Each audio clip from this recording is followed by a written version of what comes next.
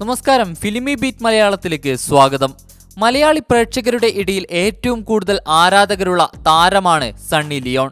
താരത്തിന്റെ ബോളിവുഡ് ചിത്രങ്ങൾ മലയാളത്തിൽ മികച്ച സ്വീകാര്യതയാണ് ലഭിക്കുന്നത്.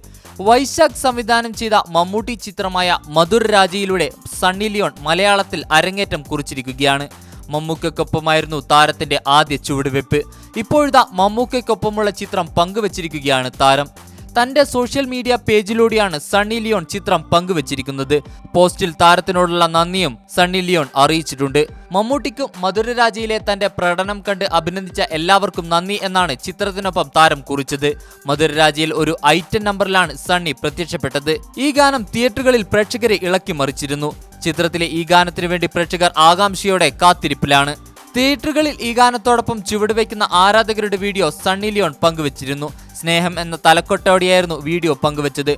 മധുരരാജയ്ക്ക് ശേഷം സണ്ണി ലിയോന്റെ അടുത്ത മലയാള ചിത്രം അണിയറയിൽ ഒരുങ്ങുകയാണ്.